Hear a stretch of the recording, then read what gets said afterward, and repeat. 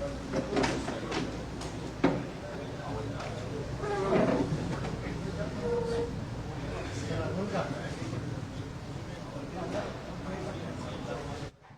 Role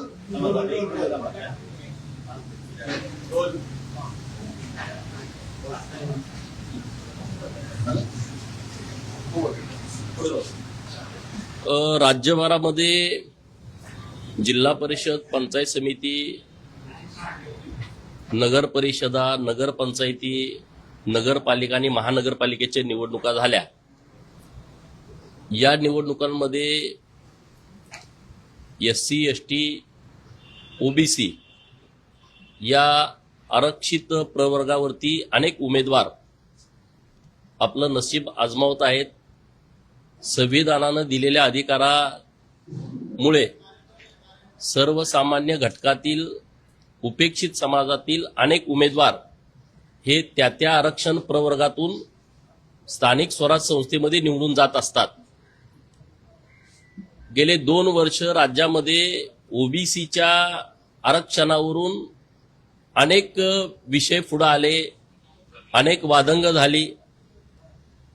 ज्यांच्याकडे मूळ कुणबीचा दाखला आहे त्यांना OBCचा दाखला मिळणं यामध्ये काहीच गैर नाही, त्याच्या विरोधात आम्ही कुणीच नाही. परंतु OBCचा मूळ दाखला नसताना, नोंदी नसताना चुकीच्या पद्धतीनं बनावटगिरी करून जर कुणी ह्या निवडणुका लढवत असेल, निवडून येत असेल, तर हे अत्यंत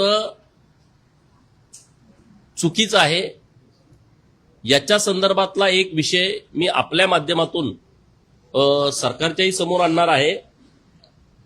सांगली जिल्हा परिषदमध्ये आटपाडी तालुक्यातून दिगंची जिल्हा परिषद गटातून पृथ्वीराज तानाजी पाटील नावाचा एक उमेदवार जो मराठा आहे, कुणबी दाखल्यावरती उभा होता आणि निवडून आलेला आहे. आता या विषयीचा माझा आक्षेप आहे. आता माझ्याकडे सगळी कागदपत्र आहेत. जी कागदपत्र जात पडताळणी समितीकडे दिलेली आहेत तीच कागदपत्र मी आपल्या समोर सादर करणार आहे. या प्रकरणामध्ये पृथ्वीराज तानाजी पाटील यांचे वडील तानाजी भगवान पाटील, तानाजीचे वडील भगवान बाळू पाटील आणि जे बाळू पाटील आहेत त्यांचा दाखला यांनी मैताचा पुरावा म्हणून जोडलेला आहे आणि त्या मैतामध्ये कुणबी अशी नोंद केलेली आहे मैताच्या दाखल्यामध्ये.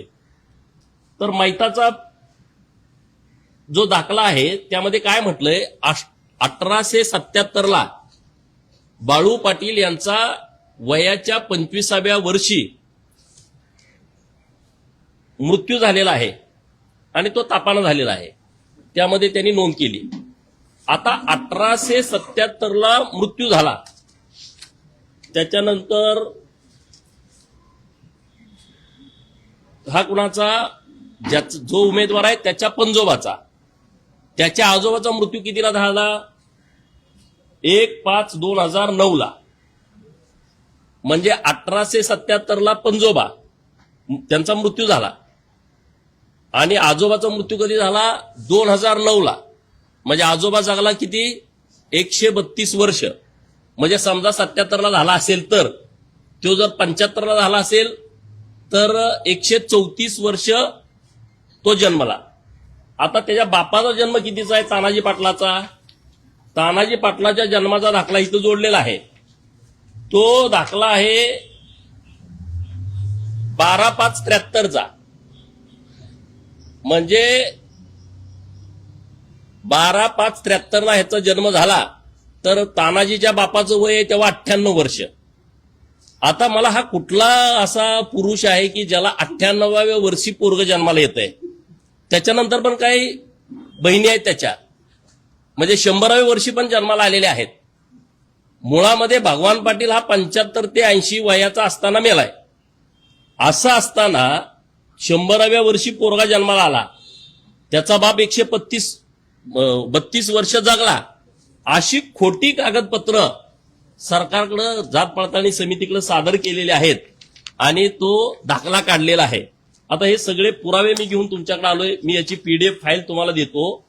माझं म्हणणं आहे की जात पडताळणी समितीनं अशी कोणती कागदपत्र तपासली की ज्या आधारे यांना जातीचा दाखला दिला, जात प्रमाणपत्र दिलं. माझा आक्षेप आहे जात पडताळणी समितीवर. त्यांनी आमच्या उमेदवाराला निरोप पण दिला पडलेल्या की तुम्ही जर मला 30 लाख रुपये दिले तर मी आज हा दाखला रद्द करून टाकतो. आमच्या उमेदवारांनी स्पष्ट सांगितलं आम्ही काही पैसे देऊ शकत नाही. व्हॅलिडिटी कास्ट सर्टिफिकेट तर आधीच दिलं होतं. Caste validity. आता माझ्या प्रमुख मागण्या काय आहेत? तात्काळ सुमोटो पृथ्वीराज तानाजी पाटील याच्यावरती 420 प्रमाणे गुन्हा दाखल झाला पाहिजे. कारण 132 वर्ष वय त्याच्या आजोबाचं दाखवलंय, ते सत्य नाही आहे. ते 70 ते 75, मी आता जन्माला दाखला मागितला पण 75, मी सगळ्या लोकांना विचारलं, 75 पेक्षा त्यांचं जास्त आयुमान नाही. नंबर 1.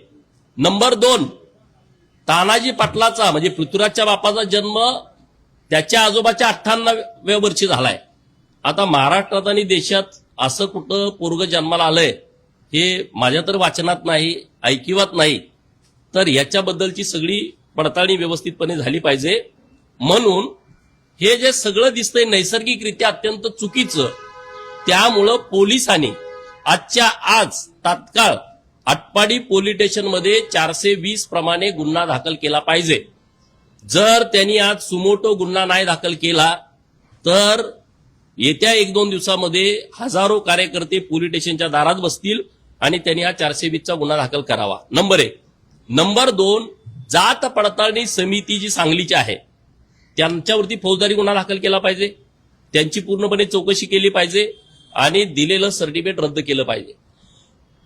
आता हे म्हणतील की हायकोर्टात जाण्याची आवश्यकता आहे.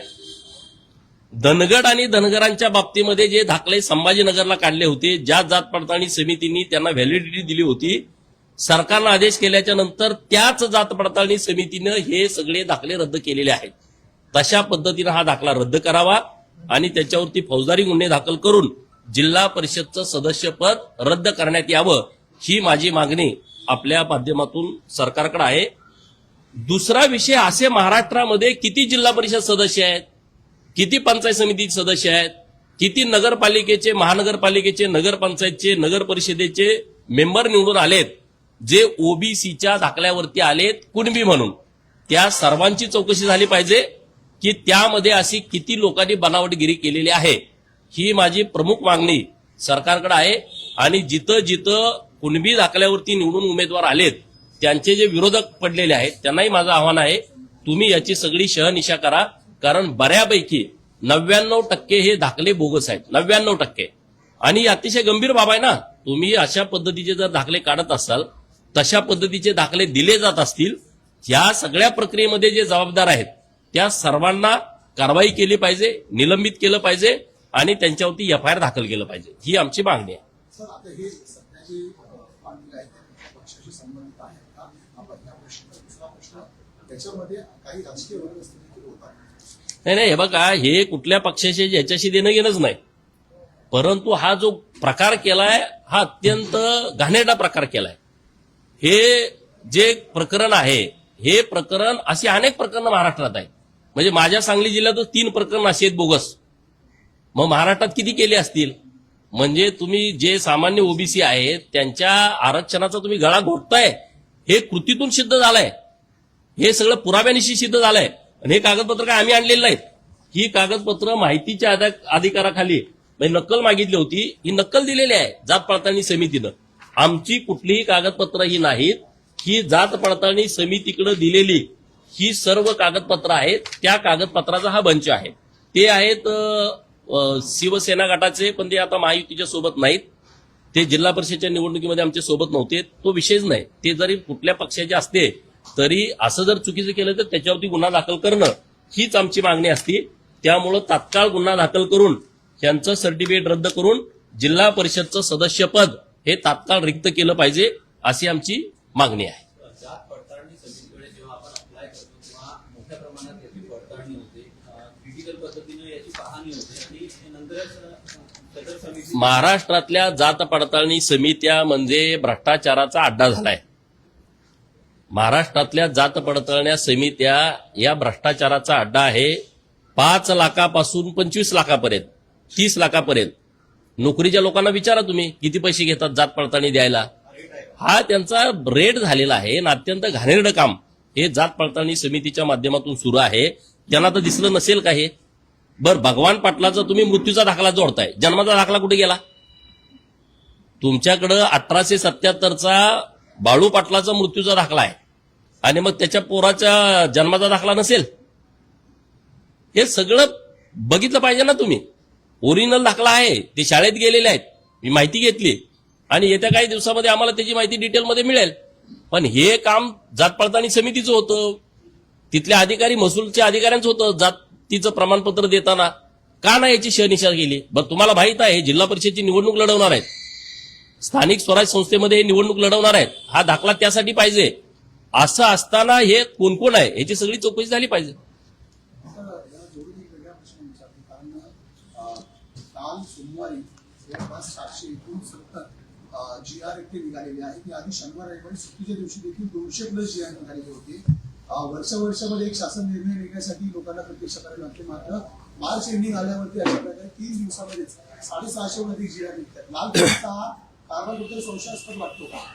नाही, आता ह्याच्याबद्दलची माहिती मला आता तुमच्याकडून मिळाली. मी सविस्तर माहिती घेतो की 1-2 दिवसातच इतके GR कसं काय निघते.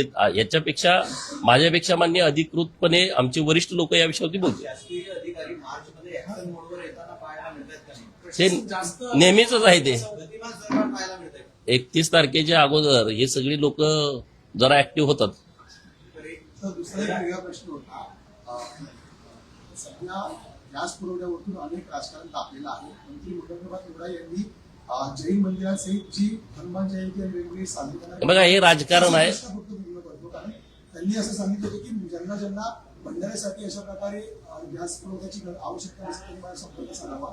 त्याला कुठेतरी ठाकरे आणि मनसेने विरोध केला होता. मात्र सुप्रिया सुळेने देखील आज ट्विट केले, एप्रिल-मे महिन्यामध्ये मोठ्या प्रमाणात धार्मिक कार्यक्रम होतात, त्यामुळे शासनाने गॅस पुरवठा करावा, अशा प्रकारे मदत करावी. माननीय मंगल प्रभात लोढा साहेबांनी जैन समाजाचे कार्यक्रम असतील किंवा हनुमान जयंती असेल किंवा अन्य रामनवमीचे कार्यक्रम असतील, सर्व ठिकाणी जिथं धार्मिक कार्यक्रम होतात तिथं मोठ्या प्रमाणामध्ये गॅसची उपलब्ध करून देणं सरकारची जबाबदारी आहे. त्यात काही नवीन आहे अशातला भाग नाही. आणि त्यामुळे आता सगळीकडेच यात्रा सुरू आहे. गावगाड्यामध्ये आता मी जतला आहे, रोज एका गावात यात्रा सुरू आहे. आता पूर्वीची पद्धत बंद झाली, ते लाकडं आणायची, चुली करायच्या, त्याच्यावरती स्वयंपाक करायचा.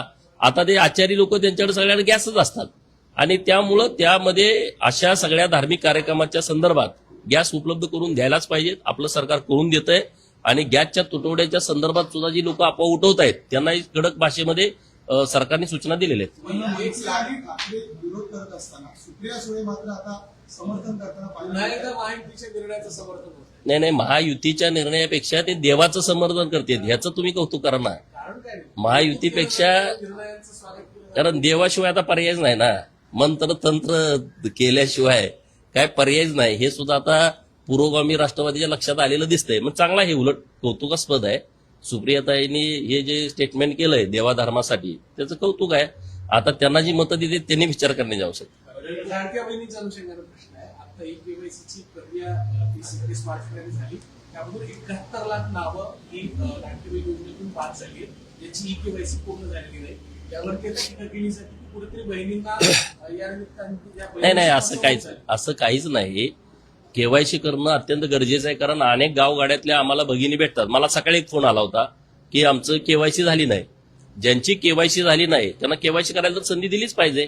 पण जे काही नोकरदार आहेत, ज्यांचा इन्कम सोर्स जास्तीचा आहे, त्यांचं तर उडणारच ना. देशाच्या संरक्षणाच्या संदर्भात, संरक्षण क्षेत्राच्या संदर्भात संजय राऊतांनी एक गंभीर आरोप केला आहे.